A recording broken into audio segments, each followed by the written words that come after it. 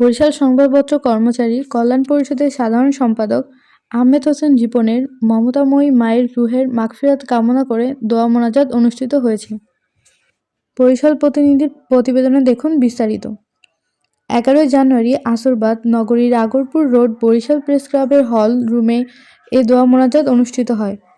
এ সময় উপস্থিত ছিলেন বরিশাল সংবাদপত্র কর্মচারী কল্যাণ পরিষদের প্রতিষ্ঠাতা সভাপতি মাহমুদুল হাসান কামাল, সভাপতি আব্দুল হক মানিক, সহ-সভাপতি রাকিবুল ইসলাম, সাধারণ সম্পাদক আহমেদ হোসেন জীবন, সহ-সাধারণ সম্পাদক মোহাম্মদ রকি ইসলাম, কোষাধ্যক্ষ আসাদুজ্জামান জীবন, সাংগঠনিক সম্পাদক ইব্রাহিম, প্রচার সম্পাদক মোহাম্মদ জসিম উদ্দিন, ক্রীড়া সম্পাদক জুবায়ের হোসেন, দপ্তর সম্পাদক মোহাম্মদ জুয়েল মাহমুদ, সাবেক সভাপতি মোহাম্মদ হানিফ, সাবেক কোষাধ্যক্ষ জসিম উদ্দিন।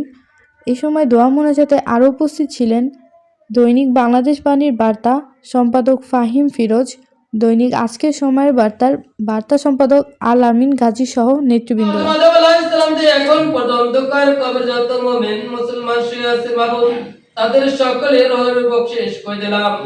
ইয়া আল্লাহ, খাস করে মাবুদ গো, ইপন ভাই আম্মা দুনিয়া থেকে চলে গেছে মাবুদ, তার ভুল ত্রুটি ক্ষমা করে আল্লাহ তাকে আপনি মাফ করিয়া দিন।